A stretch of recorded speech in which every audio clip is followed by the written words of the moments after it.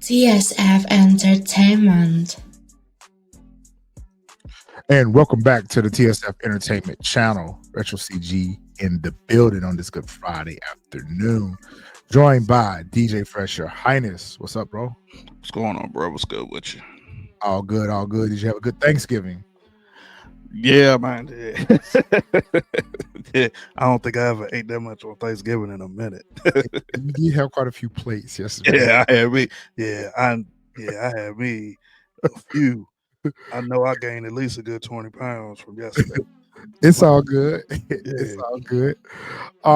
It feels like holidays just come and go so fast now versus how it was when we were kids growing Yep. up. I feel like holidays last like forever.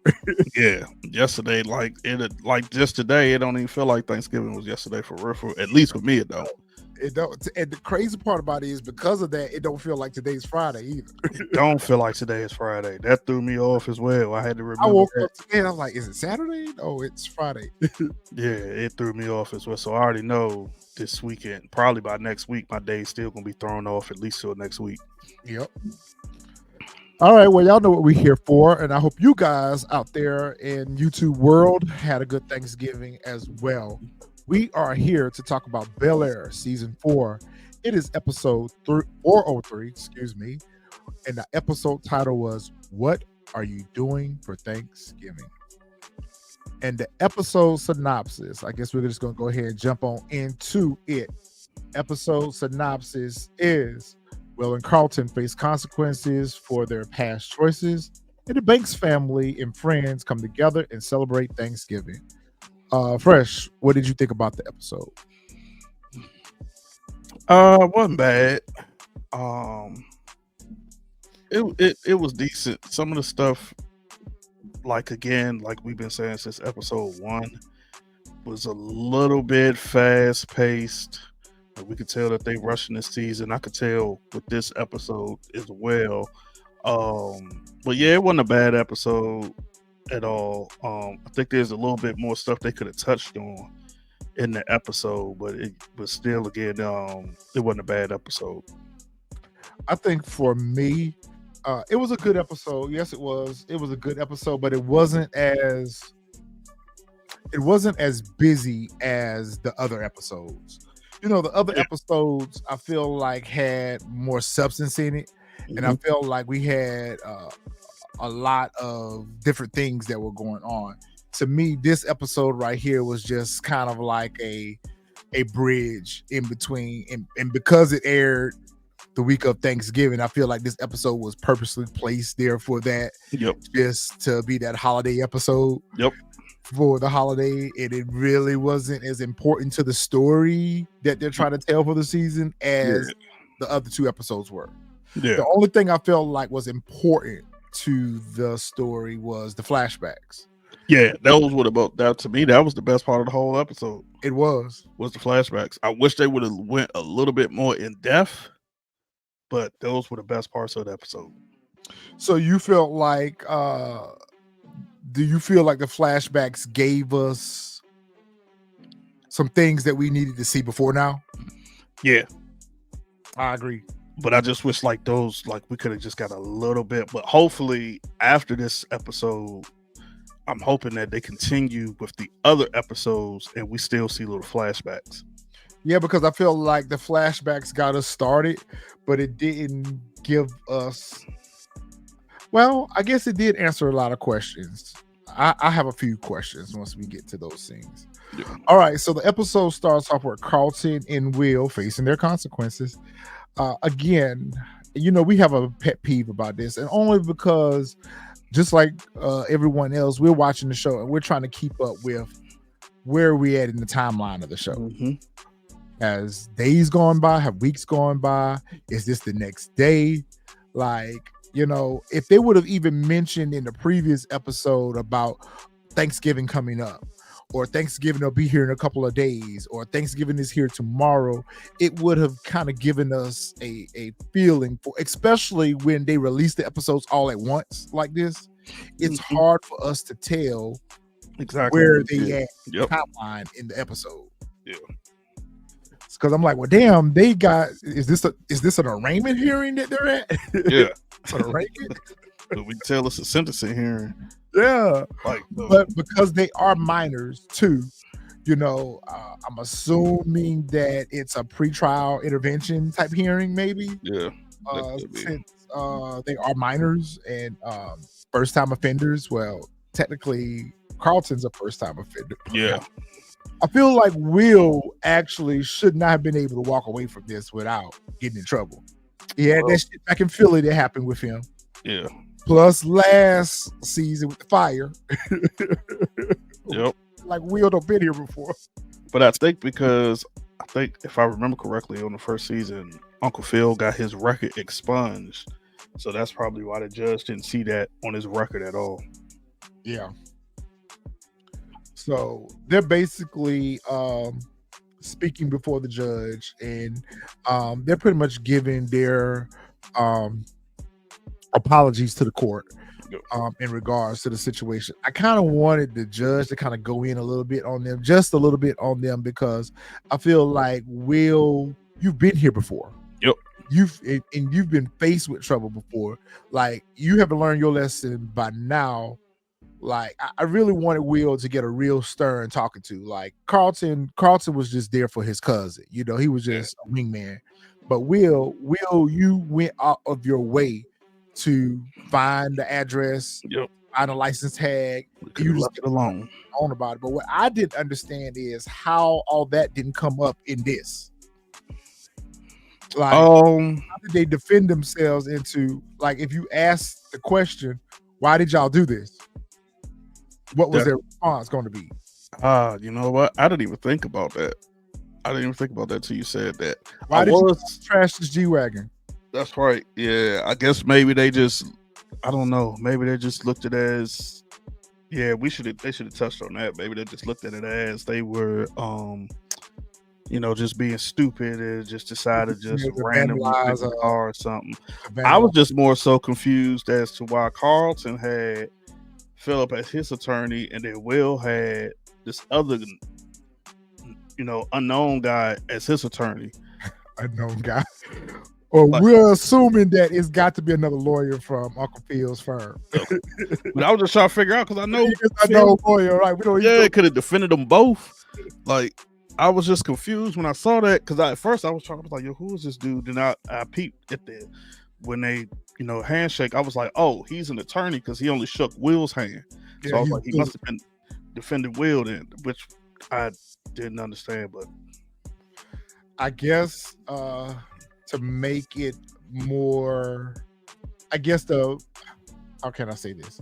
I guess to put a little division between what happened with Carlton and Will, Uncle Phil probably saw it best that Will had his own representation versus so it didn't look so much like Uncle Phil was just trying to protect his family, so to speak. So I think that was just kind of a layer that was put there for us to kind of put a little isolation between Uncle Phil and Will as well, in case one of them had to go and the other did it, type situation. That's the way I look at it.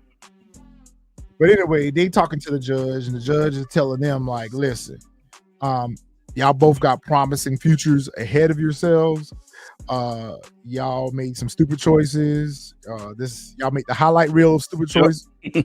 But you know what? I'm not gonna send y'all to jail. Y'all not gonna do no jail time. However, he did sentence them to a diversionary program, which is very similar to like a pretrial intervention program, where basically they have to do community service, and to fulfill that sentence, they have to do a certain amount of hours of community service, and it's usually like some crazy amount, like 240 hours or something like that. They're gonna have to do a piece of community services. And I thought it was very neat that he suspended their driving privileges too. Yeah. I was like, wow. I was like, dang. So I was like, I'm trying to figure out how y'all about to get around the rest of these this season. Man, they're rich, man. Like, they don't have a driver. Like, the Banks family should have a driver. I mean, that's true. But I guess it's, they got to show they ball and they independent. So, Will got his own truck. Carlton got his own truck for you, Will. For neither one of them. So y'all about to be Ubering. Better call Jazz. Yep. Better call Jazz. Y'all about to be Ubering for a minute.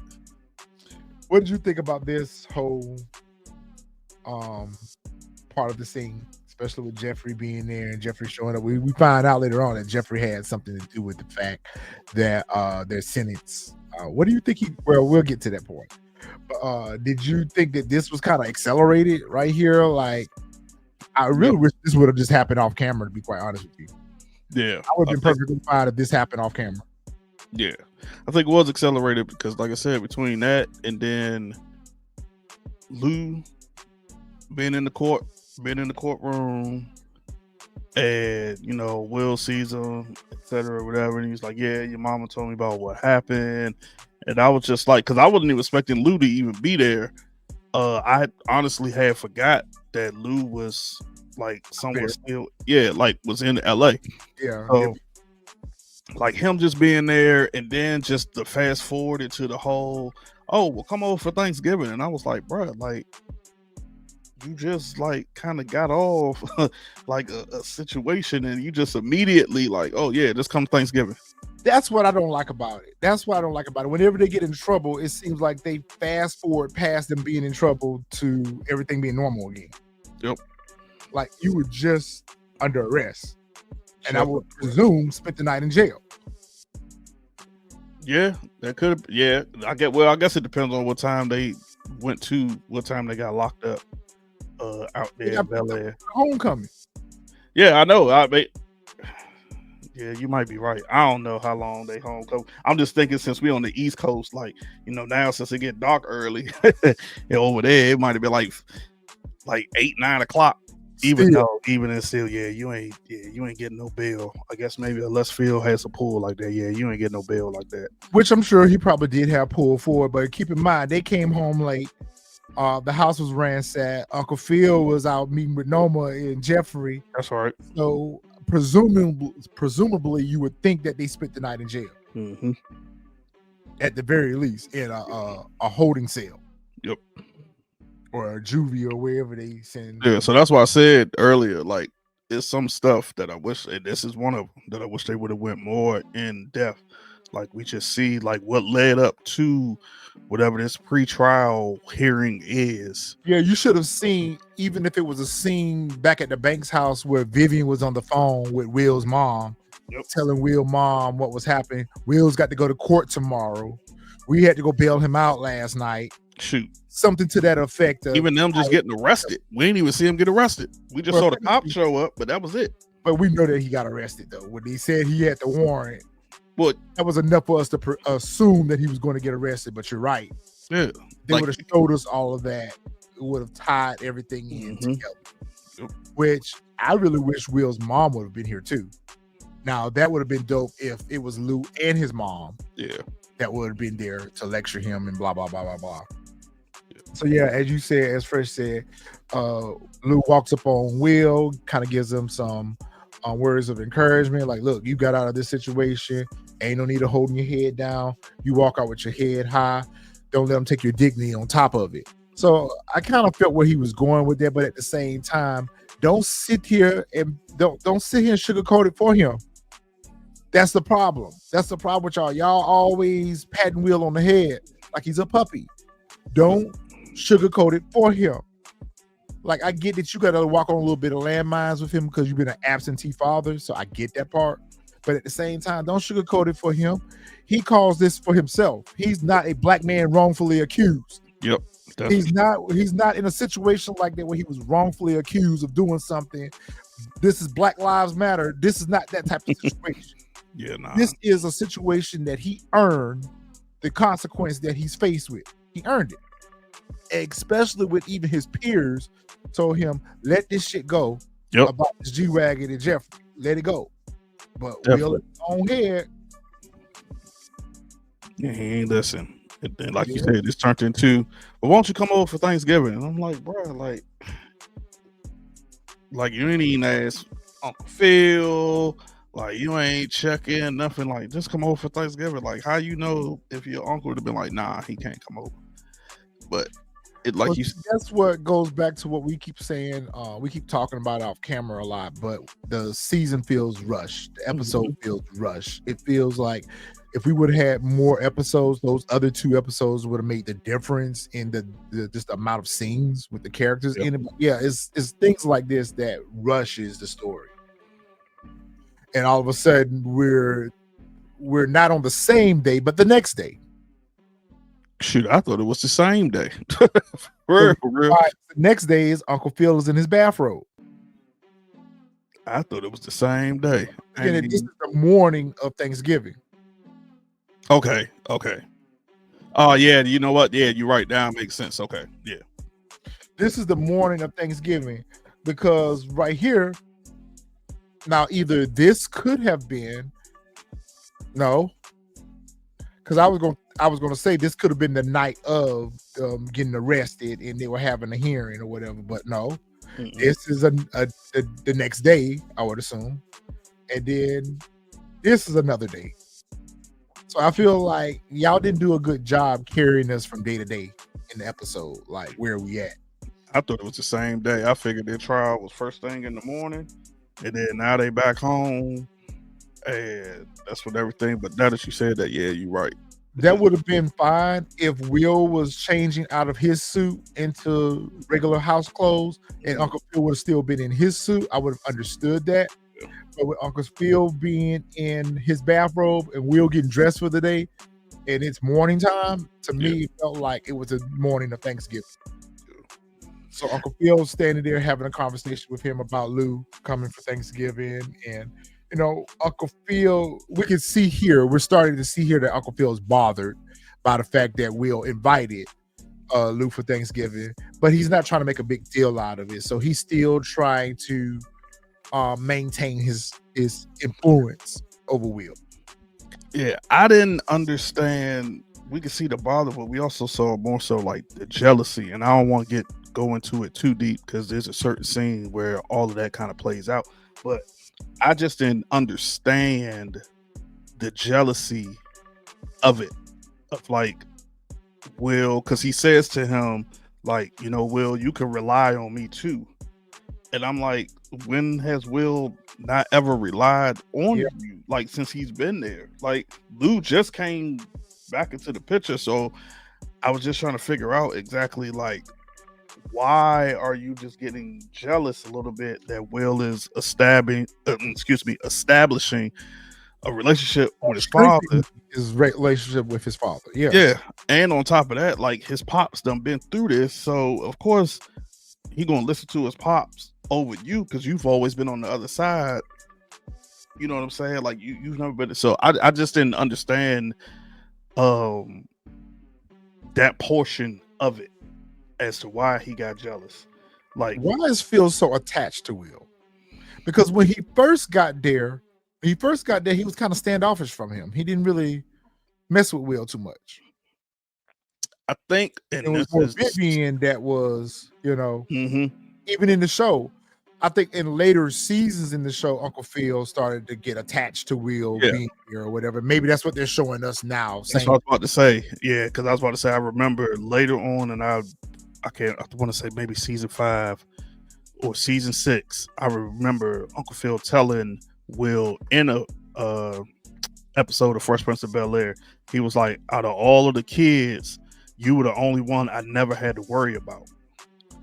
So I'm guessing we're seeing like they're just taking, you know, they were just kind of rewriting, you know, the different stuff from the Fresh Prince. So maybe that's what it is, because he's obviously got a strong affinity towards Will. Yeah. And the closer Will gets to his father, the more bother Uncle Phil. You can see the more bother Uncle Phil is about this. So you got Vivian that's on a FaceTime with Hillary, who's in Costa Rica, who they're apparently going through a bad tropical storm. You see Aunt Viv looking at the weather on the tablet of Costa Rica, and she's talking about how all the flights are grounded and she can't get home for Thanksgiving. Again, if they would have just gave us something to establish how long Hillary's been gone. Yeah. You know? Yeah, I agree. Because I was the same thing. And I was like, how you not? I was like, She just left. I was like, yeah. I was like, you just left. So I was like, there's no way that you didn't know that they didn't give fair warnings that this storm was coming. So or left the week of Thanksgiving. How about that? I'm like, you had more than enough time to get up out of there. So, but then, as we've always said, it's a plot device because, as we said in our previous episodes, that we know that, the actress that plays Hillary Coco has been booked and busy so much that they had to work around their schedule. So I had to get back into okay, this is a plot device as to why she's not there. Yeah, why she's not there. Yep. Which I feel like all her scenes probably could have been recorded at one time. Even though we're going to see her in later episodes, it could very well be that she did all of her scenes for the season. Yeah. Since there's only 8 episodes. Yeah. Out of those 8 episodes, we know that she's not in all 8 of them. Yep. So she could have done all her scenes at one time and they're just dropping them in here and there. But because you're right, the actress was booked and busy. Mm-hmm. And the way that this FaceTime call hung up so abruptly, you could tell that she only had a limited amount of time. Mm-hmm. It was just in and out, just like that. So Aunt Viv is upset at this point because she's talked to Hillary and found out that Hillary is not going to be making for Thanksgiving. And so then she comes to a realization that, oh, crap. Hillary does all the cooking. She does all the coordinating for the meals and everything. But I felt like in earlier seasons, they had a staff that cooked with Hillary. Hillary just didn't do all the cooking by herself. They had a whole kitchen staff, I thought. These are rich people that don't have butlers and don't have cooks and don't have chefs. Y'all still worried about how y'all gonna have a Thanksgiving dinner? Maybe they want to just keep it, in the family. keep it real. But yeah, you might be right. I think you might be right as far as that. As far as them having a whole staff, or whatnot. Because I didn't even think about that now until you just said that about the way she got upset about. Because at the same time, only thing I thought about when she said it, I was like, okay, so you don't know how to cook, is what you're saying? Yeah, it's like, is that what you're saying? Like, you don't know how to cook, but then at the same time, I thought about well, you know what? She is pregnant. She's with child, so she probably don't even want to go through the hassle of even doing all of that. But they've said this in so many other episodes before about Vivian not being a good cook. They even say it in this episode. Oh damn! Okay, so that went right over top of my head where I wasn't paying attention enough to hear that or see it. Even in the flashback scene where they invited Jeffrey for Thanksgiving, she ordered out. And Phil says, I didn't marry her for her cooking. Okay. So I got to pay attention a little bit more. They reference it here and there quite a bit about Vivian not being able to cook. So when this scene happened right here, actually made sense to me because they always show Hillary being the one in the kitchen doing the cooking for the family. Yeah. So Carlton comes in and it's like everybody just walk into the room, like she just hung up the phone. How did you know? How did you put all that together that quick? Instead of him asking her mom, is everything okay? He walks in the room instantly and says, no, Hillary, huh? Like, were you eavesdropping out to the door? More than likely, yeah. More than likely, yeah. Then here comes Miss Sassy Ass. And basically she tells them that Hillary's not coming and that, they're going to have to be on their own for Thanksgiving this year. And Carlton asks, is there anything that we can do to help? And she was like, yeah, do better. And Carlton was like, what do you mean? And then Ashley like, what are you talking about? She was like, yeah, do better. Carlton, you've been getting in trouble. Ashley, she just ran Ashley's whole resume down to her. Wow. Fighting, stealing alcohol, talking back, rolling her eyes, shaking her head, and all that stuff. She's like, that was weeks ago. Like, that was so long ago. The only thing I didn't like about this thing is like she got on Carlton because before Ashley popped up, she says to Carlton the reason why she didn't show up to the courthouse. Oh, that's right. Because he asked her, he said, Dad said you wasn't feeling good. That's why you didn't come to the courthouse. Mm-hmm. And she said, no, that's not really the reason why. Yeah. Like, I ain't want to see my son and my nephew go before a judge. Yep. So it was just like you got on him And then when Ashley comes in, it's just like, you know what, I can't do this. And I'm just like that's the issue. Like, and oh man, I really hate to jump, but I'll just wait till we get to that scene as far as Ashley is concerned. I was bothered by that too because I needed her to let the black mother come out just one time. I just needed her to be a black mom for one time. When Ashley started all that neck rolling and eye rolling and that talking back, and she was like, "I'm done," and walk off. Nah, that ain't a real black mom. That would have got you a shoe thrown at you. That would have got you the lamp on the nightstand thrown at you. Something. Would have got a finger pointing in your face. Something. You would have got one of them. That's for sure. Snatched up by your arm real good and twisted a little bit. You know, who you talking to like that? You know, she just needed to be a black mother one good time with little Ashley and her little sassy ass mouth. So Carlton even go and say something to her and be like, "Yo, you haven't been the best daughter yet. You hadn't been the best son either." And I'm like, I hope this, and I was going to say this later on in the episode, but I hope this is the last of this version of Ashley right here because it's really starting to get on my nerves a little bit. Believe it is, and I'll touch more on to it when we get to a certain scene. So Carlton convinces Ashley to help in the kitchen for Thanksgiving since Hillary was not going to be there. Mom needed help, and that they needed to spend some time as a family, and they need to chip in and pull their weight. So I really like how Carlton stepped up in this episode, but I think y'all had him step up too much in this episode because now he's the wise man for the whole family. Yeah. I'm thinking to myself, like, you just got out of trouble yourself. Why are you going around giving all this advice to everybody else about how to straighten up their life path? What about yours? Just got in trouble.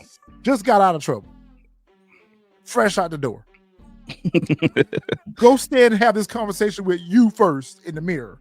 But I'm guessing maybe because like his trouble wasn't as like the trouble that it was before. And it was Will adjacent. Yeah. So it wasn't necessarily his trouble. He was just being a good cousin or a good cousin brother. So you got Aunt Viv and Uncle Phil sitting here. They're pulling out the good dishes for Thanksgiving. You know, they having a little conversation. I really like these moments that they give us with them. I wish they did that with some of the other characters too, but I love these moments right here in any story where you have two central characters like this that are having these conversations kind of off to the side because it really helps carry the story on things that are happening that we don't get to see in a scene by itself per se. So we learn here that there is beef between Lou and Uncle Phil behind Will. And so we learned so many different things just in this conversation right here that led us up to knowing that when Lou gets over here, it ain't gonna be a great dinner.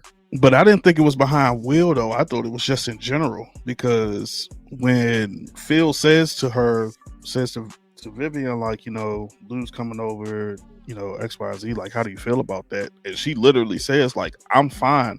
You're the one who's always had issues with Lou. So that's what, and which is, oh no, I'm about to jump a scene. So I'm glad I caught myself. But I was just trying to figure out, like, that's how I took it as to, like, okay, so there's something else that happened. I didn't think it was per se over Will. I just think it was something that happened in the past between them two that we hadn't seen. And I also liked in the scene how they talked about like how all three of them is in the doghouse. Oh yeah, the kids, because Uncle Phil's like, they need to be helping out because she was talking about how proud of Carlton she was that he got Ashley out of the bedroom and how everybody is the kids are chipping in to fix dinner. But I think it's all about Will. I think it's all about Will because of that fact that we were talking about earlier. He wants Will to look at him as his father figure. He doesn't want Will to rely on his father. So I think that comes from the fact that Uncle Phil has always kind of been that male influence in Will's life. And now Will's a teenager now, and he's grown up, and he's had to go through all those times where he's asked those questions about where's my father and been sad about that. You weren't around for that, but now you want to ride in on a white horse and be his dad. So I kind of understand where Phil feels slated a little bit or threatened by Lou's presence. But yeah, you definitely can learn here that there's history between Phil and Will's dad regarding, and to me, it makes me feel like it's over Will, but it could have something to do with their past back in Philly too. Yeah. Jeffrey comes in with the turkey, and he quickly dismisses himself and tells Phil that he will not be able to stay for dinner, that duty calls. And he was like, well, don't worry about it, our business will start after the holiday. But we later on learn why Jeffrey excused himself from dinner. Yeah. And so he kind of looks at his second family and he leaves. He goes to the bar and he sits down. He has him a drink. Yep. And when he gave the bartender his card, told him to keep the tab open. Yep. I said, oh, he finna be there for a while. Yeah, so we get. I even said that too before they even showed the flashback. I said, oh, we probably finna reminisce for a minute. I didn't think that. I thought when that happened, I thought dang, I can't even think of her name right now. You thought Noma? It did look like it was Noma's restaurant. It did. I thought it was the same place that they met Noma Dominique. Dominique at too. I thought this was the same restaurant or bar that they had met Dominique at too. It looks like it. Yeah, I thought that's why he had the tab open, and then I also thought that's why he couldn't stay, was because she was making him come there to, he had to fix something else or he had to do something else, since she was the one who called the police, Will and Carlton, and you know what I'm saying, like she was going to test him again about his loyalty. That's why I thought we was going. I didn't even see the flashback scene coming. I felt like when he started unbuttoning his shirt, I said he's getting comfortable, he's going to be here for a while. I said they're going to have him there for a while. And when he said keep the tab open, I felt like, okay, he's finna be here for a while. Eventually I thought that Dominique was going to show up, but I thought it was going to start off with him having a flashback, and I didn't even expect the flashback to even be about him and Phil. I actually thought the flashback was going to be about him and Dominique. That's what I initially thought. I didn't even think about that. Because the restaurant, the bar that he's at looks like the same place where they met her at. Exact same place. That's why I thought she was coming in there. Yeah, he came in, he got comfortable, like he was getting ready to be there for a while. Leave the tab open. I said, okay, we're getting ready to get a flashback scene of him and Dominique. And we're finna get some more backstory about that. I didn't expect it to be a flashback of him and Uncle Phil, so that kind of threw me. Yeah, he was on it. I didn't catch it. But I be looking for stuff like that. Clues. I be looking for the clues. But see, that's why I have to watch the episode more than once, because the first time I watch it, for some reason, all the stuff stands out to me in the first watch. The second watch, I actually watch it and enjoy the episode, versus the first watch, I'm too busy looking for these plot devices. Yeah. 18 years earlier, Washington, D.C., we meet a young Uncle Phil and a young Jeffrey. And they did an amazing job casting these fellas.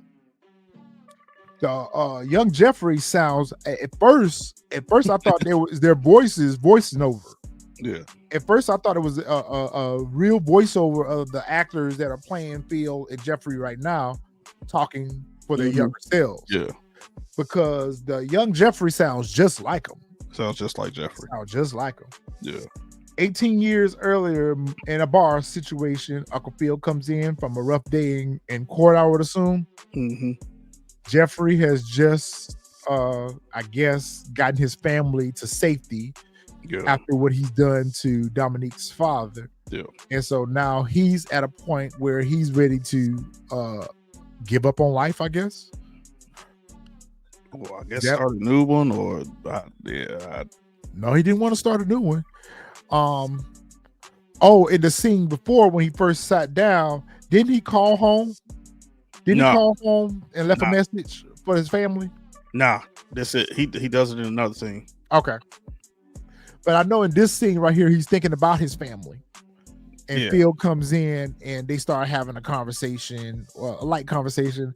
Phil orders a bourbon in a dirty glass. I don't know about the dirty glass. Yeah, that's the one that lost me right there. Is when he said that. He was like, yeah, bourbon in a dirty. And I was like, in a dirty glass? I was like, bro, like, in a dirt, like, nah.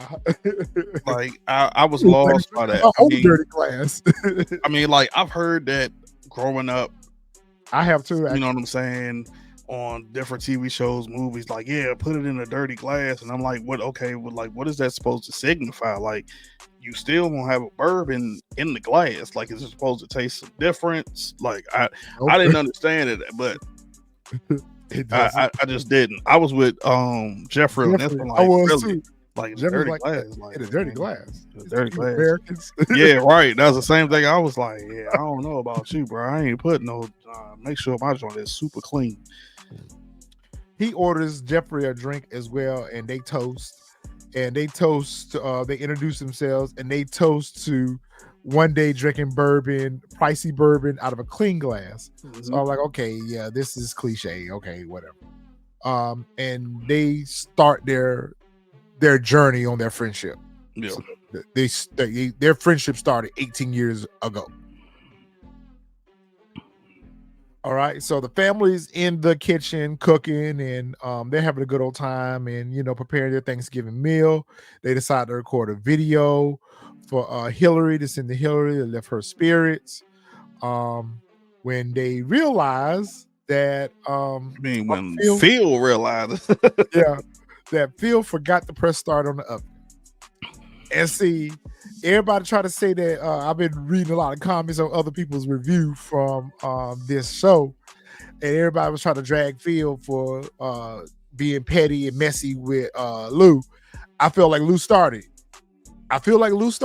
Lou came in the door talking shit about this turkey. Well, you right. Because he said, "Oh, I got to clean up Phil's mess already." Like he came in the door talking cash shit. He did. I was gonna say he definitely did. At first, until you said that, I was about to say nah. Up until a certain point. See, But everybody blame Phil right. for it, but I felt like Lou started it.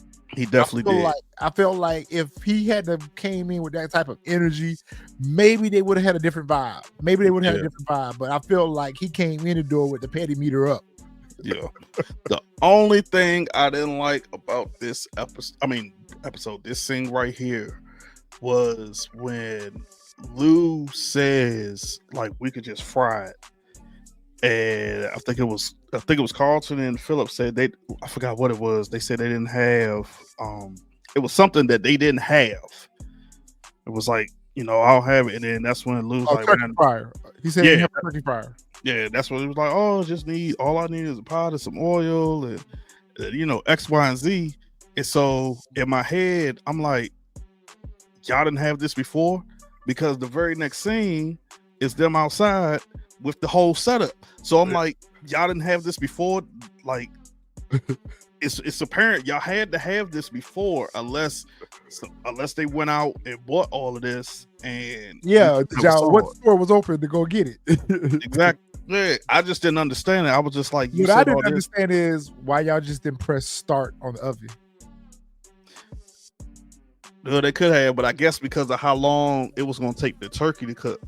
Because remember, Jeffrey said he got the biggest turkey that was there. So depending on how big that turkey was, it probably would have took 2 hours for that turkey to cook. Shoot, longer than that. Yeah, depending probably on how big it was. If it was like a good 18 pounds, you talking about at least a minimum of like 5 hours. Yeah, that's true.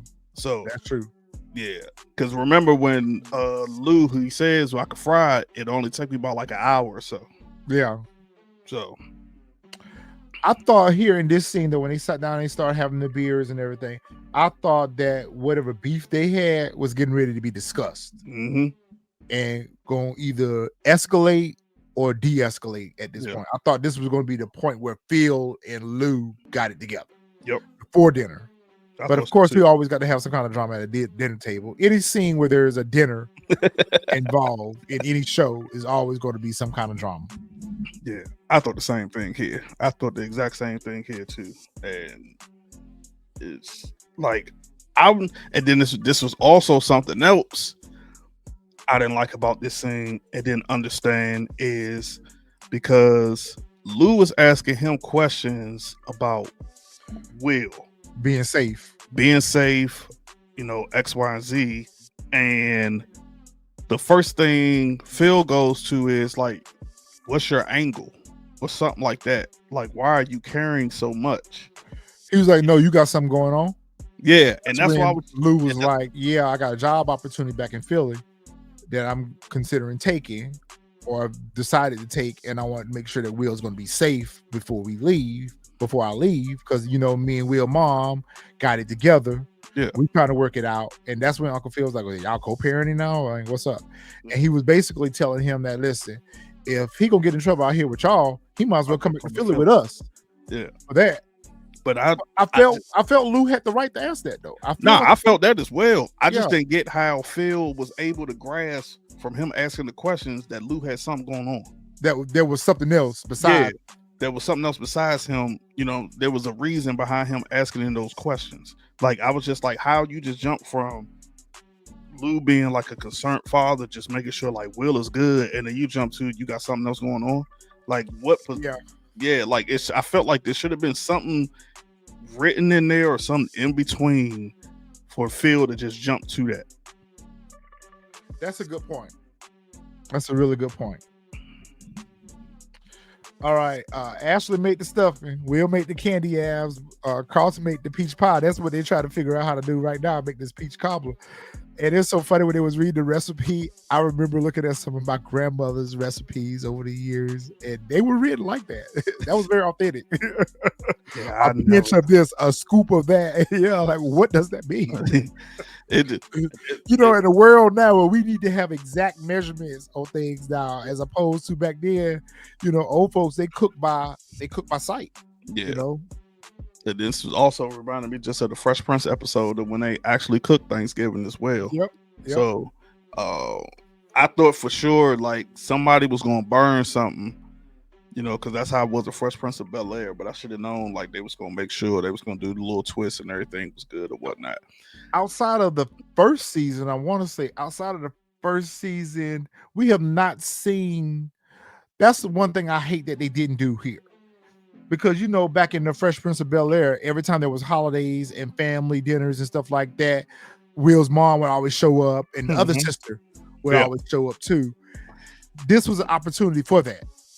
This was an opportunity for Will's mom to show up and the other sister to show up. I was about to say, and I hate to cut you off now, but now that you said that, you just made me realize even in the other seasons, we never saw any other sisters besides Vi. Yep. I think we saw one. I think we saw one episode one time. I think at the very, very beginning of the show. And I want to say it might have been for Vivian's birthday or Vi's birthday, whenever they flew her out on a private jet. I think the other sister was there then. Okay. Yeah, they must have been real fast and real short. Didn't they have some arguing or something going on?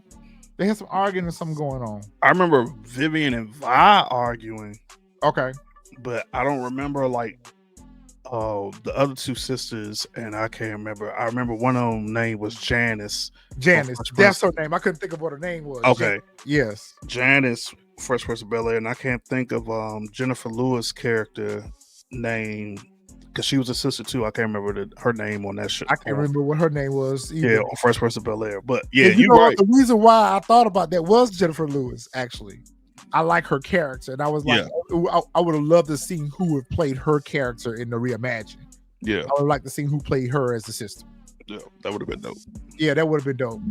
And I guess that was a moment I was looking for. I was like, okay, maybe the rest of the family is going to show up because we have not seen the rest of the Smith family. Nope. And the fact that Lou's here and Will's mom is not here, that's not how we normally see the family interaction. Outside of that episode where Lou came to town, he did exactly what he did. He left and he tried to get Uncle Phil to tell Will that he was gone. Yeah. Okay, that was that when he was telling Phil about him leaving, that reminded me of that episode. Yeah. And then I kept looking for Will's mom to pop up. I kept looking for, I'm like, gotta be budget cuts because they didn't cast anyone to play the sisters and they didn't bring Will's mom back. So I'm like, okay, Marlon Wayans' salary is probably the reason why. Carlton tries to ask Ashley, like, yo, what's up with you? You emo now? What's going on? And I had to think about that for a minute because that's what they call these kids now who got these attitude problems. Mm-hmm. Short for emotional. Yeah. And she was like, leave me alone. You sound like mom. And, Carlton is just trying to put some game in her head. And I really like the conversation he had with her here. He was like, listen, we finna be gone. Yeah. You're to be the last bank sibling left.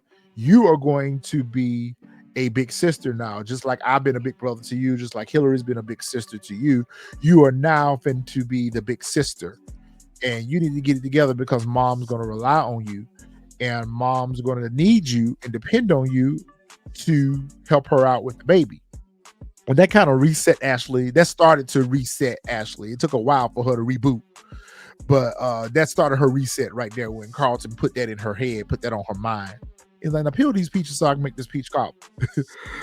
So I really enjoyed this moment right here between Carlton and Ashley, and Carlton trying to keep his hand on Ashley. And I feel like she always be digging at him because she did it again in this episode too about him being a cokehead. Yep. And she was like, just because I stuck a few bottles of alcohol out don't make me a cokehead like you were, or something to that effect. Like, I'm like, you know, I come from a household where big brothers discipline younger siblings. Yeah.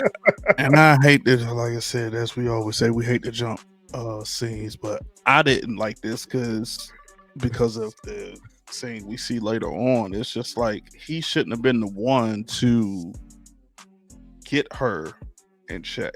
Like, and granted, it's good that he did. It made her think, but it should have showed, like I said, we should have saw like how we saw last season.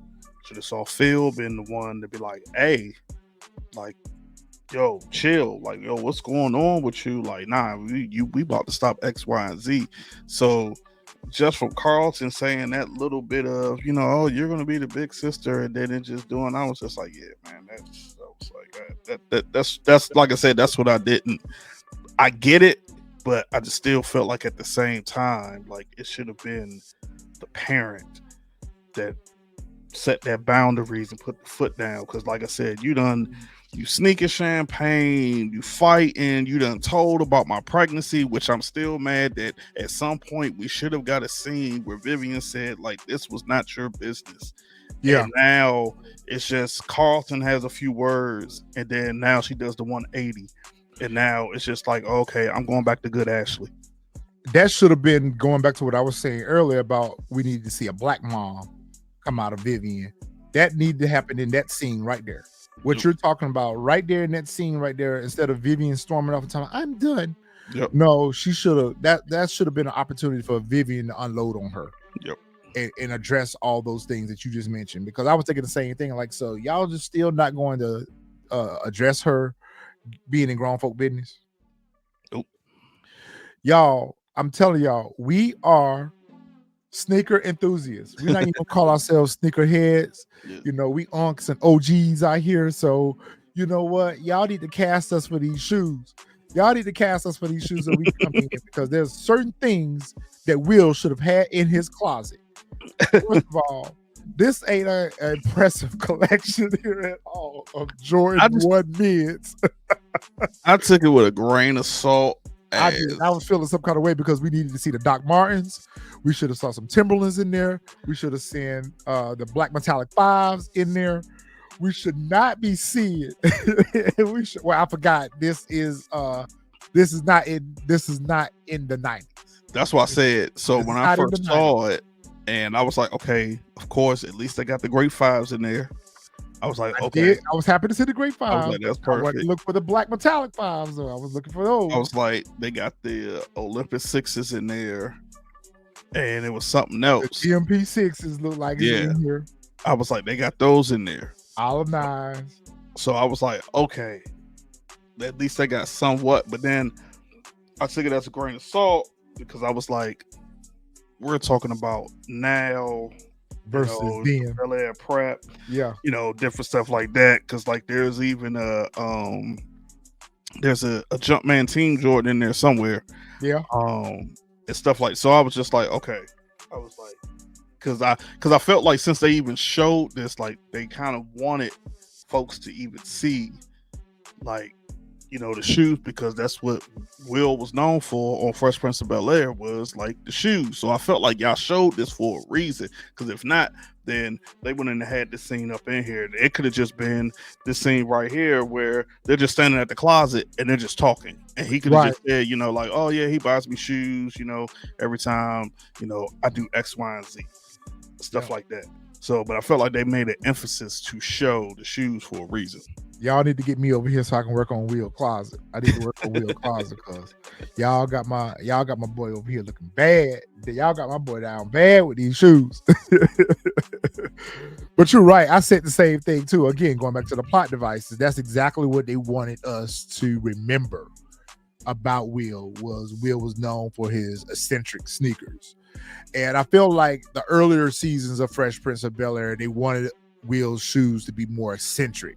Yep. And then over the progression of the show, his sneakers kind of got toned down to regular sneakers, so to speak. But he always wore whatever was, and that was unique for a lot of TV shows back then, not just Fresh Prince of Bel-Air. Will make them popular because of how he wore them, maybe with the laces or whatever, or sometimes he wore them without the laces. Yep. So Will made the sneaker popular in its own way because of how he styled it and wore it. But that was very frequent of shows back then in the 90s. Whatever the hottest shoe was out, whatever the hottest athlete was out, whatever because see, back then we didn't have sneaker releases every week. We might would get a sneaker release, maybe 3 a year, maybe 4. So whatever the more popular shoe was out at the time on TV, somebody wore that shoe. Yeah. You would see that in a TV show. We saw it in Martin. Yep. We saw it in Hanging with Mr. Cooper. We saw it in various different TV shows besides the Fresh Prince of Bel-Air. We would always see someone in the TV series wearing whatever the hottest shoe was or the more popular shoe out at the time. So that's what they wanted to remind us of in that scene right there. Was Will was known for his sneakers. Yeah. Yeah, you're right. So it starts here with Lou and Will. They start having a conversation about Will and the sneakers and how Uncle Phil always buys him a new pair every time he comes home with a straight A report card. And then he was talking about Lou says, well, my father used to make me go get a job, get my own stuff. Yep. He's like, well, what Black says, I earn my own money too. And Uncle Phil has shown me how to invest my money in stocks and everything. Then they transition into the books and everything. We see that Lou is starting to get jealous now of the influences that Phil has had on Will. I'm like, oh God, here we go. Yeah. Because he tells him right here in this scene, like, when Will says, this book saved my life. This was something that Uncle Phil gave to me, helped save my life. As far as like stocks, all these different stuff. And then Lou goes into like, you can make your own choices, do what you got to do. I want you to read the book, make me want to holler. And that'll put you in like a different perspective. I guess he thought for Will to like make his own choices and different stuff like that and whatnot. And of course, I feel them, but it's just like, it's at the same time, it's like, bro, you can't get mad because you weren't there. That's right, you weren't there. You weren't there. So, and the 4 Agreements is actually a really good book. It's really a good book. Then they started talking about the trophies. I thought here, this is where they were going to have that conversation about Will going back to basketball. Yeah, but it kind of started that conversation, but didn't transition didn't go any further. I really expected that to be a conversation that they were going to have here at this moment. I also thought it was going to be where Lou was going to finally tell him, but I should have known that he wasn't going to tell him that. That would have been a good opportunity, but we needed that for the dinner table. Yep. We needed it for the dinner table, but yes, this would have been a perfect opportunity right here for him to sit him down and say, yo, son, I need to holler at you for a minute. I need to tell you about something that's going on. So that way, if it would have came out at the dinner table, it would have already been processed by Will. It would have already been processed. And we'll worry about some little Uzi tickets and stuff like that. Like the Uzi. Yeah, I was just like, really, bro? I was like, man, he ain't trying to go see no little Uzi. Now, this scene right here, I felt like it was purposely placed, and it showed like the difference between how Will grew up, how Will and Lou grew up, and how Carlton was raised. And how Carlton was raised. Almost like Carlton was out of touch with everything, because I forgot what it was right here at the game that they're playing. I forgot what Phil was trying to describe. I think he said what was something that you do on Saturday mornings or something like that, but Carlton didn't know like at all. And it just showed like the diversity between where like, you know, we grew up a certain way while y'all went off and did what y'all did because Will and Lou was going through them joints like they was firing them off, and Carlton was looking confused, like how y'all even How you like know all this? yeah, Yeah. how you know all this? So I this was one of the scenes like I actually liked because it kind of like I said it showed like how the not diversity, but it showed the difference between of like how Lou and Will came up to where Phil kind of shielded Carlton from like those type of stuff, like that type of stuff growing up. That's right. So Carlton don't know anything, and then also it kind of showed the different of the relationships between both of them, where like they have that, you know, I guess I don't want to say real, but they just have like the different relationships, like you know what I'm saying, where just like you know they have Phil and Lou, they have that you know down to earth relationship, and Phil and Carlton just have like something just like totally different all the way around. So that one, that right there, actually, what you call it? Oh, That man. game is kind of dope, though. We need to look that up. Yeah, I'm gonna find that game. Find that game for us because it kind of reminded me of the one that we was playing when we was in Maryland. Yeah, I'm gonna It find that game reminded for me sure. of that game a lot, but I like that game. We need to find that. Definitely. So we finally made it to the Thanksgiving dinner. Man, fix me a plate. That table look good. Fix me a plate. And they so petty with this blessing. Oh my God. Fresh, what's going on with this blessing? It was here that I was just like, as soon as Lou, when he did with it, I was like, come on, bro, really? I was just like you didn't even have to do that, but you chose to do that, which is why. And I'll speak more on it. I'll revert back to this when we get to a certain scene. But I was just like, bro, you didn't even have to do that. Like, I guess you was trying to show that you knew the Bible as well, or you knew the Bible more than Phil or whatever. Just like, putting on a show. That's all yeah. it was. Just putting on a show. It was just like, that's why I was thankful when Phil was just like, I would like to say, you know, a few words that like, I'm hungry, I'm ready to eat. Like, just yeah, Will was like, I know what I'll be thankful for. We can sit down and have this. Yeah. This was it was a competition that was unnecessary. Mm-hmm. But I felt maybe they put it there to kind of show, like, you know, the whatchamacallit. Here's the scene where he calls Penelope. Yeah, he calls Penelope to check on to see if her and dang, I forget his son's name that quick. Frederick was good. Yeah. What I would have liked of her, and of course they would have had to cast the actress for this, but and I get that they are probably didn't want to bring any extra, but I feel like y'all should have introduced us to his family if y'all weren't gonna let us see or hear them at least one more time. Yeah. Just for us to have the peace of mind that they are okay, because we keep hearing that they're okay, but we haven't seen confirmation or heard confirmation that they're okay. We don't know whether or not Noma's done anything to them or not. You keep calling her Noma.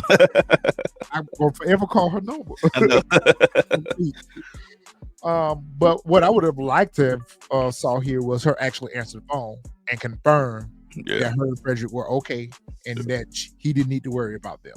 Yeah. I would have liked that. But this is where he calls home and checks on his family. And I think this is where he has another flashback of him going over to their house for Thanksgiving. Yep. And he meets Vivian and Hillary. Yep. And we learned a lot in this scene right here. Yep. We learned that Hillary got her nickname that Uncle Phil calls her, Honeybee. Yep. From Jeffrey. Yep. Which was actually dope. That's why I said that these were the ones that like I actually like that. Oh, these flashbacks right here. Yeah, like we got this. We finally get, because remember, because I think we even said in previous seasons, like how did they meet? How Like, did we asked that question. We asked that question that we would have liked to have saw how they met. Yes. yeah. So it was dope to see, them come in and give us this flashback, and then during the course of dinner, that's when Phil talks about a few him and a few of his law buddies from Harvard. They're trying to start their own black law firm, but of course they keep getting denied, for a loan and that different type of stuff, and the And interactions. explain why they wanted to go to California. Well, kind of explained why they wanted to go to California. Okay, I'm gonna have to rewatch because I was gonna say the only thing I would have wished is that we would have got an actual explanation as to why he wanted to go to California. That's why I said kind of, because he asked. He asked here. He was like, he was kind of bummed. Uncle Phil was kind of bummed out about not getting approved for any of the loans to start his own law firm. And he asked, he said, why California? And he said, me and a couple of my college friends wanted to start a black-owned law firm to help our people. That's all he said. He did not put any emphasis why California was important. Yeah. To do that there, because he could do that there in DC. So this is also he could have done that there in Philly. So I was about to say, because now I'm confused. Oh man, I hate jumping scenes, but I was just about to ask. I was wondering if this is DC or is this Philly? No, this is DC. Okay, this is DC. Because remember in the screenshot, remember in the I remember it was DC. Okay, yeah. When we get to a certain scene, then I'll ask why I got confused at this part. Because remember, I'm gonna go ahead and answer it for you now. Because even Lou said when Vivian and Lou were arguing, she said that Vi would always come down to DC and sleep on their couch. She said when they were okay, so that part went way past. Okay, yeah. Now she's from Philly, but I mean Philly and DC, DMV. Well, DMVP. Philly is not that far. Yeah, it's like 2 hours. It's like it's like 2 hours. So I mean, that's a train ride, right? Yeah. So it's not that made sense to me. The transition from Philly to DC, that made more sense to me than from Philly to California. And I think back in the original show, Vivian was from California. Philip wasn't. Yeah, Philip was from North Carolina. Philip was from North Carolina. Yeah. Vivian was from Philly too. I remember that from the original show. I don't remember Philip being from Philly. Yeah, he wasn't. He was from, I think in the original show it was Yamacraw, North Carolina. Yamacraw, and they said it in this series here too. Where he pledged. That's where he went to school at. Okay, I remember when they did the whole because that was his nickname, Yamacraw. Okay. Yeah, I remember the seeing them doing the hopping and everything and whatnot. I just couldn't. So I agree with you on that. Even though they touched on it, they didn't kind of explain why California, other than the fact that we want to live a better life and we want to have a better life, and we feel like California would be the better life for us. But we also see here that they lived in simpler times too. They lived in a little apartment. They had nobody but Hillary. She was pregnant with Carlton. So yeah, they had a very simple life. And they kind of acknowledged that later on in the episode that they had simpler times then. But why do you feel like I wish they would have touched on this too, and maybe we'll get this in another flashback in another episode. But why do you feel like Philip took to Jeffrey so? I was trying to figure that out myself, and that's why I was hoping we would have saw. So I'm hoping, that's what I said earlier, I'm hoping throughout this season we get more flashbacks, because like you just met this man at the bar and you're his best friend now. You had a drink, and then now you invite him over to your house for Thanksgiving. So that's what I'm hoping that they give us another flashback scene to see exactly how and why, like, Phil, they got so close. Why they got so close. Because it's kind of a fast forward scene between these two later on in the flashback scene. But it's like, it's got to be something there as to why Phil just felt like, yo, I need Jeffrey around. But we did learn, I think I'm getting ready to answer that question for us. We'll wait till we get to that scene, but I am going to say this. We also learn here in this scene that Philip has been denied loans. He's been Yeah. trying to start his law firm, and Yeah. he's been denied loans. And Jeffrey kind of gave him that encouragement to keep trying. And Vivian even picked up on that and agreed, and liked that about Jeffrey, that Jeffrey was encouraging Phil to keep on his dreams, big dreams. So these two at the table going back and forth and forwards and backwards.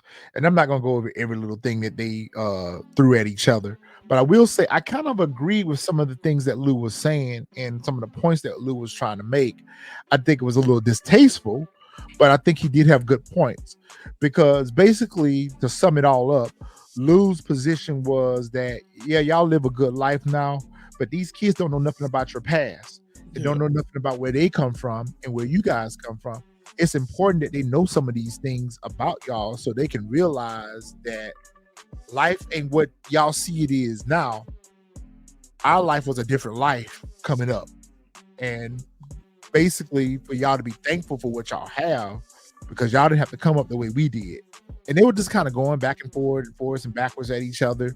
And Phil was pretty much trying to tell Lou that, just because you serve time in prison, that don't make you a better father. And Lou was trying to say, well, just because you could wear a suit and can write a check, that don't make you a better father. So who team are you on here? I was kind of on both. Like, I was on one when, like, I was on Phil. I was only on Phil's side when, of course, he started talking about the pen pal program, because I actually asked him about, love on lockdown or whatever that show is. She said she's a fan of, and he started talking about, the woman sent me pictures, that different type of stuff. So I was like, yeah, I agree with Phil. Like, that's inappropriate. Like, you talking to a child about 14-year-old, yeah. And then I also agree where, now here's where it was just like I was kind of like on both, because when Carlton asked him about like how it was to be inside of prison, just because he might have been in prison, and he tells him the real deal. And when Lou says, I heard you backed up your cousin, like, that's real. Yeah. So big, when he said that, I was like, I got it. But then at the same time, like, Phil and Vi was like, yo, at the same time, I'm like, yeah, I kind of agree. That's nothing to celebrate over at all. So then when, Carlton and Ashley starts hearing those stories that Lou is telling, I was with Lou on that, because it was just like, yo, like, he, in the sense, like, yo, he's right. Like, they should know these stories, because that'll probably give them a better outlook on life versus than what what they know. All they know is from, especially especially Carlton and Ashley, all they know is from your success. Like, like the statement that Phil made, it was just like, yeah, that's true, but also gotta, go forward. And it's like, yeah, you go forward, but it's like at the same time, like, they should have known some of those things. So the fact that you didn't want them to know some of those things almost seemed like, you kind of ashamed of the whole thing. Yeah. And then them going back and forth, and who's the better father? Then of course, Phil's, he goes into his tangent, it slips up. It's just like, oh yeah, that's why you have it the same way you ever told Will that you're leaving. And that wasn't really purpose, that slip. It was an argument. It was a heated argument. And Will comes in, looks so sad and disappointed. Oh, you're leaving? I'm like, oh God, here we go again. Will's getting ready to throw a tantrum because he's 18 years old. His father, he's getting ready to move back to Philly. I didn't think he was 18, because if that was the case, he would have been tried as an adult in California. Or 17 at least. He's a senior in high school. Yeah, he's at least 17. At least 17. Yeah. He definitely would try as an adult. And then, but it went to show again what Vivian was saying earlier, like, I don't have a problem with Lou, like you had a problem. And then, them going back and forth about the different parenting styles of being a father and whatnot. So I like this scene right here, but didn't quite understand it. I would have liked to have a transition to these scenes right here where everybody just like went to their four corners to cool off for a minute or something like that. But it is like everybody just went to their room. everybody went there. Will went to his room. He's sitting down on his patio. He thinking about his father leaving, obviously. And then Carlton comes out with dessert, and they sit down and they have dessert and they have a moment. And I'm like, okay, that's cool. That's cool. He needed that right now to, he needed his cousin right now because he was feeling down in the dumps about his father leaving. Okay. So then after he leaves there, they have a conversation or whatever. And after he leaves there, then Carlton goes to talk to his dad who's sitting outside on the patio. Like, well, where everybody went to the room and left Lou downstairs. Yeah, but I did like where Carlton tells Will in that scene that Lou was right. Yeah. When he tells him right there, he was like, yeah. So I think that I think that was like, I kind of like when they showed that, because it's showing like, hey, just because Phil, you're not in the streets, like you got all the book smarts, you got, X, Y, and Z, like Lou still has those street smarts that can still be like Carlton can do both. Like he can have the street smarts as well as the book smarts. So like it was, you can learn something from anybody. You can learn. He can learn something from both of them. Yeah. And just even on our paths in life, our walks in life, we run into a lot of different people. Even some people like who are older in our families and everything. We think that they don't necessarily have anything that we can relate to or we can benefit from, but knowledge is what's powerful. I mean, you can learn something from anybody. So I like the fact that Carlton was able to take something from Lou and apply it. And say, you know what, he's got a point here, so I like that too. Lou is downstairs when Vivian comes back downstairs, and he apologizes for his portion of the behavior, but then he still tries to deflect it all back on Phil. Like, oh, it's Phil brings out the worst in me, blah blah blah blah. And she kind of goes off on him. She's like, are you not going to accept any accountability? And I agree with every single thing she said to him, because that's exactly what I was thinking about him. I'm like, okay, Lou, quit sitting up here and pretending or playing the victim when you contribute to this as well. You are contributing to this. Don't sit here and act like all this is just Phil's fault. You play just as much of a role in this. And you are the reason why you have not been in your son's life. Nobody's deprived you of that. You are. That's true.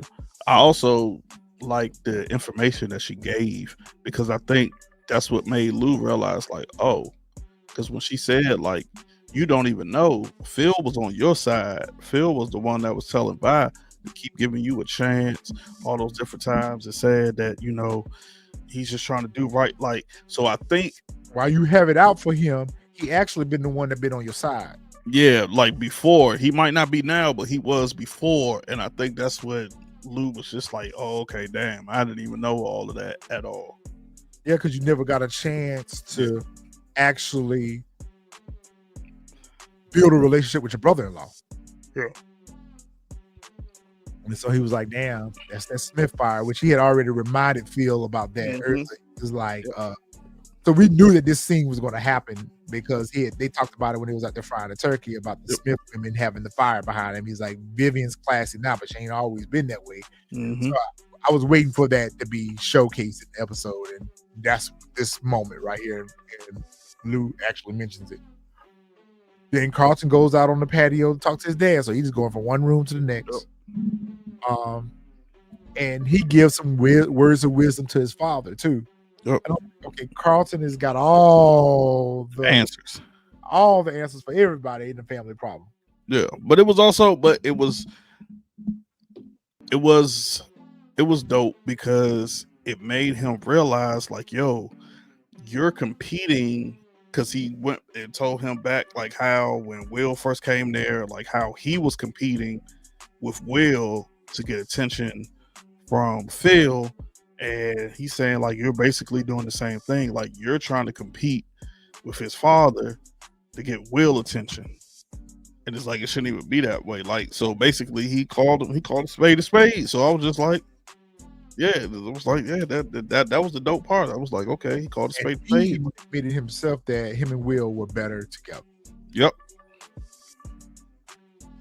which that is a theme for the ending of the episode too. So I'm gonna talk about that a little bit.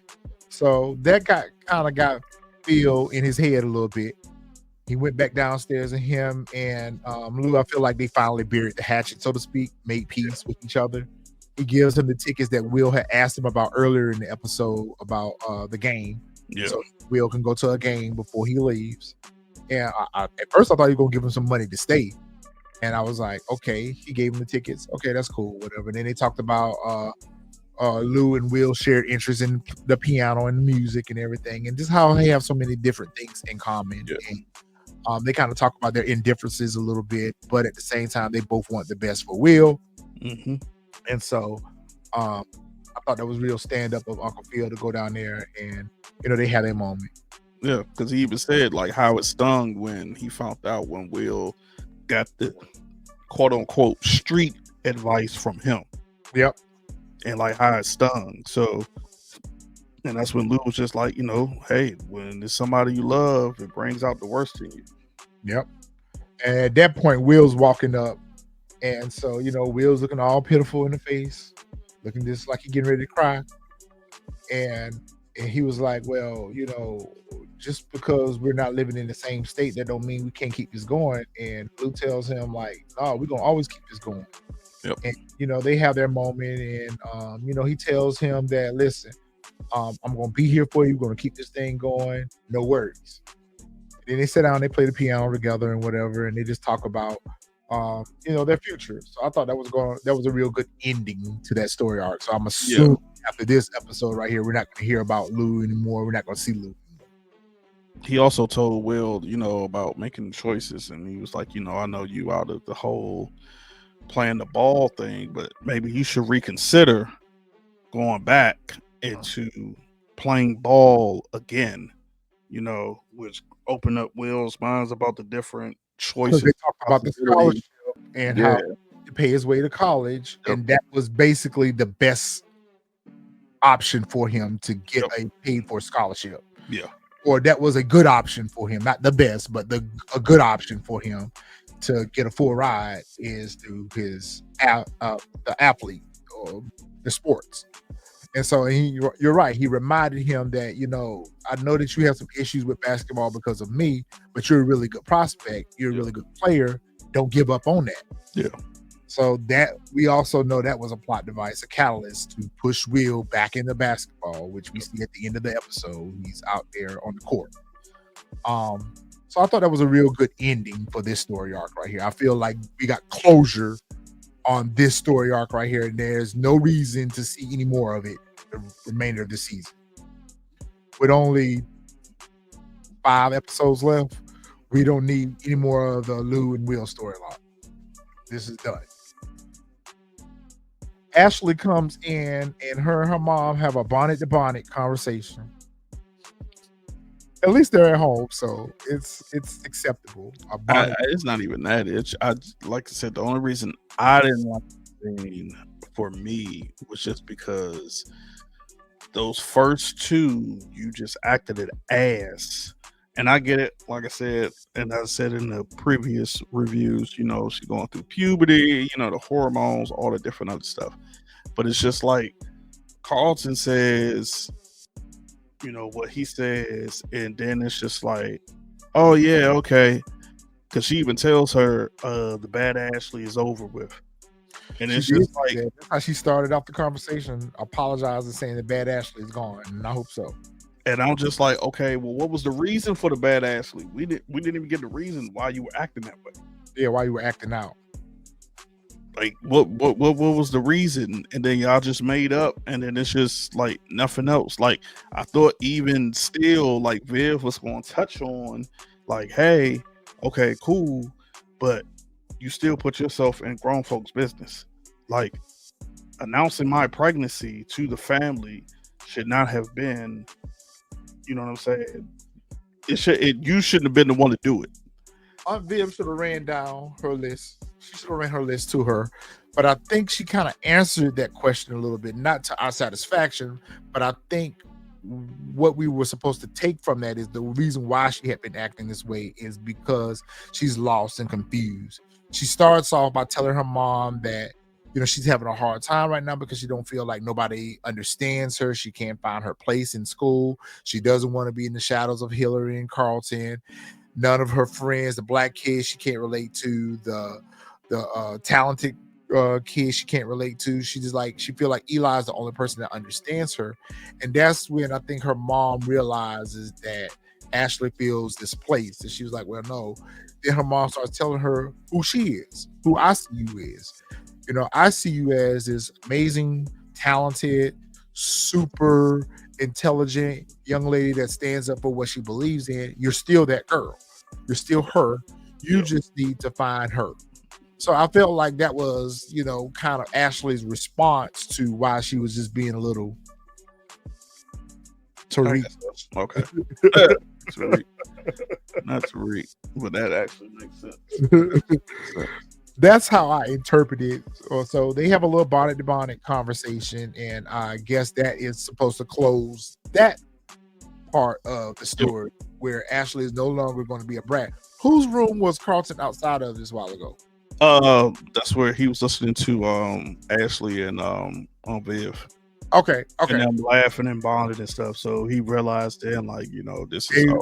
So what I said. Now he can go to bed now. He's done his job for the day. He's put the family back together, I guess. Which I would have liked to seen him have a moment. Even though he didn't have no one else to have a moment with, I would have liked to at least see him go into his room and lay down across the bed or look in the mirror or something, and him have a conversation with himself about his. I guess that was the moment right there. He's got demons that he needs to confront.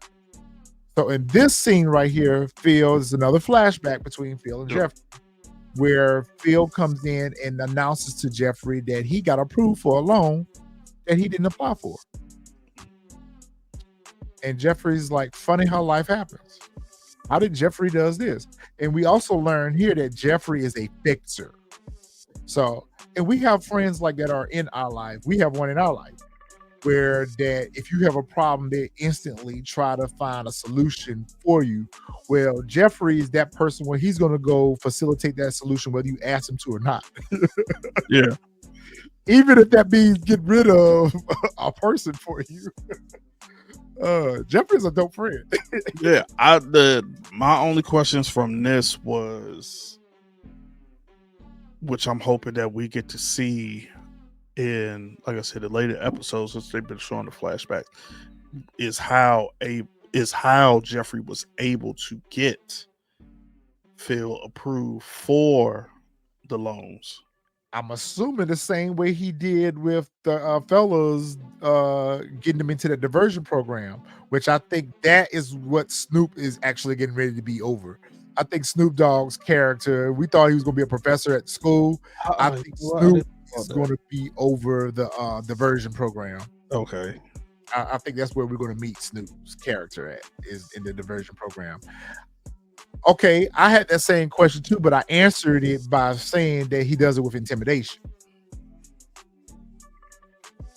I thought that because they touched on it maybe episode 1 or something, as far as like what he took from Dominique's father or whatever.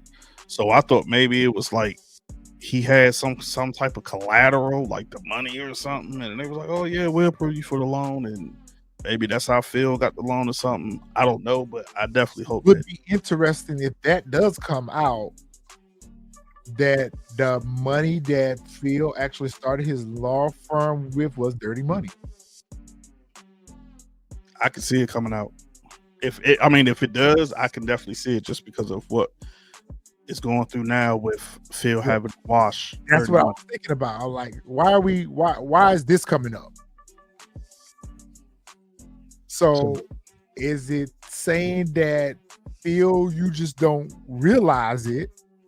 And right now he's naive, because if that would have been me or you, especially me or you, and something like that would have happened, there would have been all kind of questions about where this money came from. We wouldn't have just took this money blindly and say, thank you, Jeffrey. No. There would have been 1,000,001 questions as to where this money came from, what are the terms concerning this money, where did it come from? A bank got it for a loan that you didn't apply for. That's a major question mark. Yeah, there would have been all types of ways. How do they even know me? How did it appear in my bank account? So, so I just felt like he did it with intimidation. But you bring up a very good point. Is it with money that was used as collateral from the syndicate? Could have been. So at this point, I can't remember who was having a flashback here. I don't know if it was Jeffrey having a flashback because they both were alternating the flashbacks. Phil would have one and Jeffrey would have one. So I think this was Phil's flashback. Yeah, this was Phil's flashback because then Jeffrey walks in, and this is where Phil asks him like, "Why you didn't stay around?" I thought this was a really dope scene too. And he tells him, why he didn't stay around, and Phil just tells him like, "Nah." You're like, bruh, you're family, and ends up sliding the plate to him. Like, no matter what, like you're still family. So, yeah, you always got a seat at my table. Always got a seat at my table. So, Jeffrey said that he had felt like he didn't deserve to sit at the table because of what had happened with Will and the boys getting arrested and all those things. And then we also learned here that Uncle Phil says that judge has a reputation of being very harsh with the sentences. Yeah. And Jeffrey gave him the same response he gave him 18 years ago when he asked him about the loan. That's why they were having the flashback. Yeah. Funny how life happens. So because he keeps responding with the same thing that he did 18 years ago when he asked about how I got proof of his loan that I didn't apply for, funny how life happens. Same thing with this judge, funny how life happens. I'm assuming that Jeffrey went and done some strong arm tactics to make this happen. Could have, or maybe he used because you could say that 18 years ago that he might have used money that he had access to get Phil approved for the loan. But how did he influence the judge? I mean, he could have used, I guess he could have did that, or could have just did what the same type of people or whatever the same people that Dominique used to make a call to get Will and Carlton locked up. Maybe he made that exact same call to be like, hey, talk to this judge so that they don't get in. Or it could have been where after all of that happened, we didn't see it, but he speaks to Dominique and it's like, hey, call these people, call this off. Yeah, call this off and just get this, get it done like this or whatever. That would have been dope to see too. So at some point you're going to have to show us Jeffrey's pull, because Jeffrey got pulled and we need to figure out where is he pulling from. So Aunt Viv is laying up in bed. Uncle Phil comes in and they lay in bed, and she made a comment about how simpler life was. They used to pray for a life that they have now, and now that they have that life, it's not as easy as they imagined it to be. And Uncle Phil vows to make sure that they get back to those simpler times and that he has a plan. But we also learned in this scene too, we forgot to talk about a very critical point. Uncle Phil says to Jeffrey the same thing that Carlton said about him and Will, was that they're better together. Yeah. And basically he tells his wife here that I got a plan. She's like, I'm listening. I can't wait to hear what the plan is. What is the plan? I'm waiting. Yeah, I want to know what's the plan myself. And he tells her, you just got to trust me, make sure we stay safe, and all that stuff. But I'm curious to see what the plan is myself. But like I said, he could wash this money through his law firm easily. He could. Maybe that's going to be the plan. It's got to be something so easily as Dominique just being a client of his, and she pays him with the dirty money, and he can wash it that way. I mean, there's so many different ways. Not that I know anything about washing money, but I mean, I just felt like you can come up with 1,000,001 different ways to get paid in cash. Yeah. As a lawyer. Yeah, I'm sure. I'm curious. Who defends criminals, who has a lawyer-client privilege relationship. You could easily pay this man in cash. And that'll be a problem. $50 million is a lot of money to wash, though. Yeah, I was just about to say that as well. When we found that out in the Preview. previews. Yeah. So Will out here on the court. We already knew that this was gearing us up for the next episode where Will's going to go back and try his luck again with basketball and hopes that will get him into college. Yep. I felt like he wanted to go to a school in VA. Was it Howard that he wanted to go to as well? Nah, I don't think he wanted to go to Howard. No, he said he in season one. Oh, Who was the scout that was coming for him? shoot, I forgot, Was man. from a college in Virginia. Howard is in DC though, so Yeah, Howard in DC. it was a school in Virginia that he wanted to go to. Yeah, I have to go back and watch it to see exactly what school that was in Virginia. Yeah, it was a school in Virginia. Because the only powerhouse basketball team in Virginia is the University of Virginia, as far as basketball is concerned. Like they're like the only big powerhouse. Like the rest of them are like HBCU schools. And I can see him at an HBCU school easily. But they're not like powerhouses as far as like basketball. So that's like the only one that I could kind of think of is University of Virginia. But now that you said that, I'll definitely have to go back and I think it's season 1, episode 1. If it's not episode 1, it's episode 2 or 3 where they were talking about the scouts coming to visit him, and it was from Virginia that he wanted to go to. Okay. But now we learned that he wants to go to a local school out there in LA. Yeah. I feel like this is the first time we've gotten the next on Bel Air too. It is. That's what I said. Like with episode 1, when we got those previews, that's what confirmed to me for sure that this was the final season, because we never got previews for any of the episodes. Yeah, we never got previews. Yeah. Snoop is over this. He's over this diversionary program, and I think he's going to be either hard on Carlton or hard on Will or hard on both of them. But we already know both of them, because in the scene right here, he tells them that they are both accountable for each other, and whoever, if one person fails, then they both gonna fail and gonna fail the course. Yep. And this is going to create some level of tension or contention or back and forth between the two of them. We know that we have to always have that with Will and Carlton. And I kind of wish that we have evolved past that, because I'm tired of seeing them they both acknowledge that they're better together, so be together. But they always, even when they started Blacksis, they always are on opposing sides all the time. It's time to see them working together to achieve something, because really, if you want to be 100% honest, this is all Will's fault anyway. So, you kind of drug Carlton in this. Carlton came to see about you and end up standing beside you, but at the end of the day, this wasn't his fight. It wasn't. What's going on with Lisa and Will? So this is where they trying to I think it was something how Will like was trying to get recruited or something like that. And okay. I think because this is where Lisa brings up the Gavin White basketball player can possibly help or whatnot, I guess, to get him recruited or whatnot up in the college, because that's literally what she says next, is like this Gavin White person. So he's like, oh yeah, that's the way I can get in, or try to figure it out. And he's not on the team anymore either. Didn't he drop off of his school team? Because remember when he went to go play for he ended up leaving them and whatnot. Now I don't know if this is the Gavin White character or not. What I was thinking. I think it is. And I'm thinking right here, maybe this is where he's just like calling them out one-on-one. Like, let's just see like how bad you really want it, or if you can really play or whatnot. You know what I'm they're going to probably have a one-on-one face-off game or something like that. And they look like they're at a party or something, though. Yeah, like a frat party. It kind of reminded me of the scene in Fresh Prince where Will gets drunk, where he's taking those shots back and forth with the and it's crazy. I can't even remember her character in Fresh Prince, Tyra Banks' character. Yeah.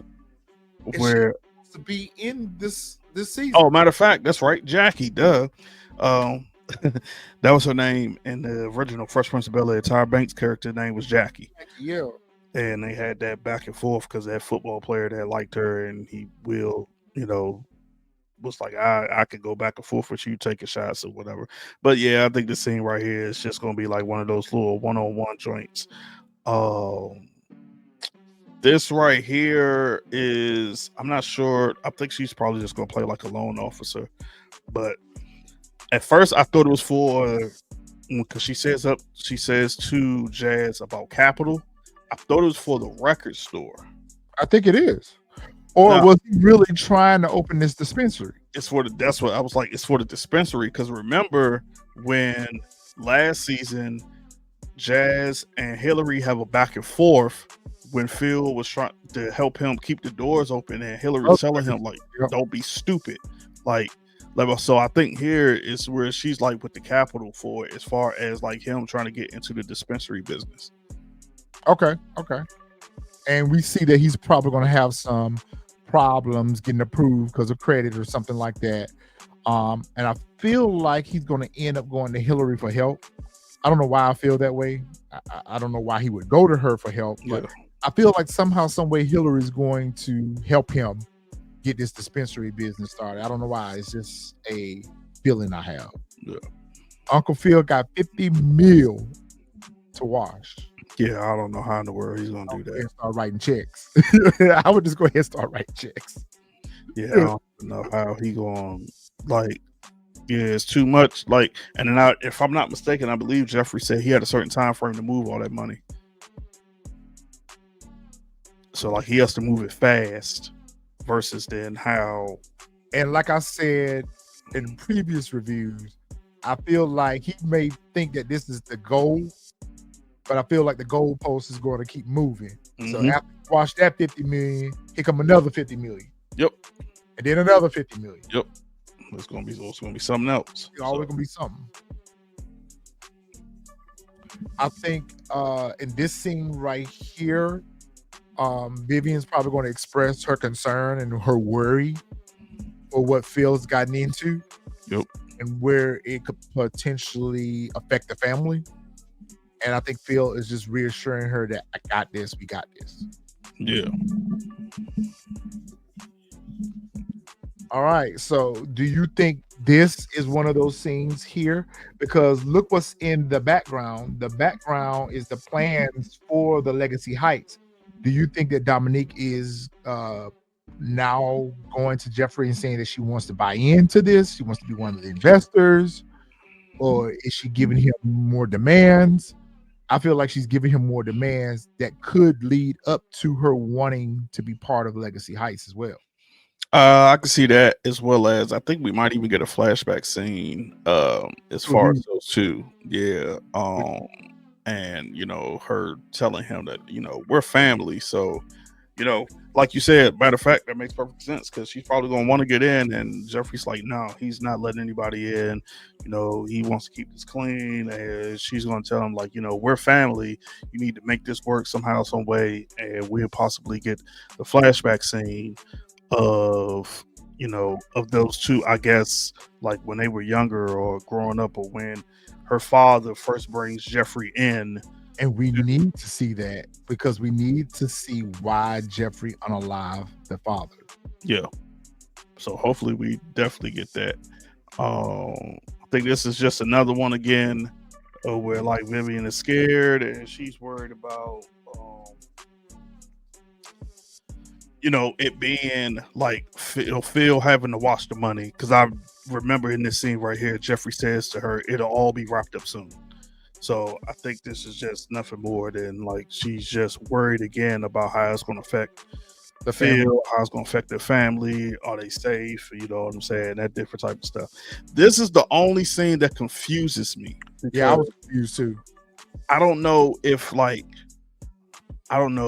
they're feds, cops. Are they the people that's like the bank people, for like the for the capital? Like, I like, or if maybe Jazz is running the dispensary illegal. I'm so confused because in the background there was a little weed sign, but this was the only one I was confused at who these two people could be. But I couldn't see it being like the feds because I'm like, why they come in like during nighttime to come to his record store, say something. Yeah, I couldn't figure out this one too. So this one's going to be very interesting to see what it is. Unless, like you said, Jazz is getting his product from illegal means, and not legal means, or he's not licensed to sell the stuff, because it looks like he's still at the record store, but it looks like there's weed jars in the background. So yeah, this is going to be interesting to see how this one turns out. What's going on here with these girls? And I'm trying to figure this out as well. But right here is this. Who is this chick right here in the front? That's Jackie. That is Jackie. It sure is. That's Jackie. Lisa is driving, and Carlton and Will are in the back. So clearly something happens when they go to a party, because why is Carlton getting dressed in the back seat? That's what I was saying. Carlton and Will are in the back seat getting dressed. I don't know what happened, but like he tells like Lisa, like, I need you to punch the gas. So clearly I got a feeling something that's got the deal behind Jackie or something like that. That's or is this more Carlton in that street racing stuff that he did last season? Wasn't him and Jackie in the car? But I don't think they've raced. Matter of fact, you know what? And I'm thinking about it, maybe because of their whole like the thing that they got, quote unquote, probation, that like they have to be home by a certain time. Oh, that's right. And they can't drive either. Yep. And they can't drive. So all right. So that was the end of our episode. This one was a little bit longer for us, but we had a lot of different things that we wanted to talk about on this one right here. So episodes 4 and 5. Yep. And 6. Nope, just 4 and 5. Just 4 and 5 drops next Monday. Yep. All right. So we'll be back next week to talk about episode 4 and 5. Hopefully there'll be really good episodes. From the previews, looks like they're going to be bangers, so we're looking forward to those. Fresh, any last thoughts? No, besides what I've already been complaining about for this season. So, but yeah, I'm just curious to see these next 2 episodes next week.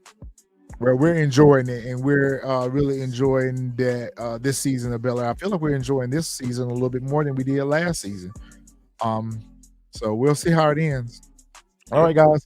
Make sure y'all hit that like button, share the video out, make y'all comments, and we'll see you guys in the next video. See y'all next week. Peace. Next week.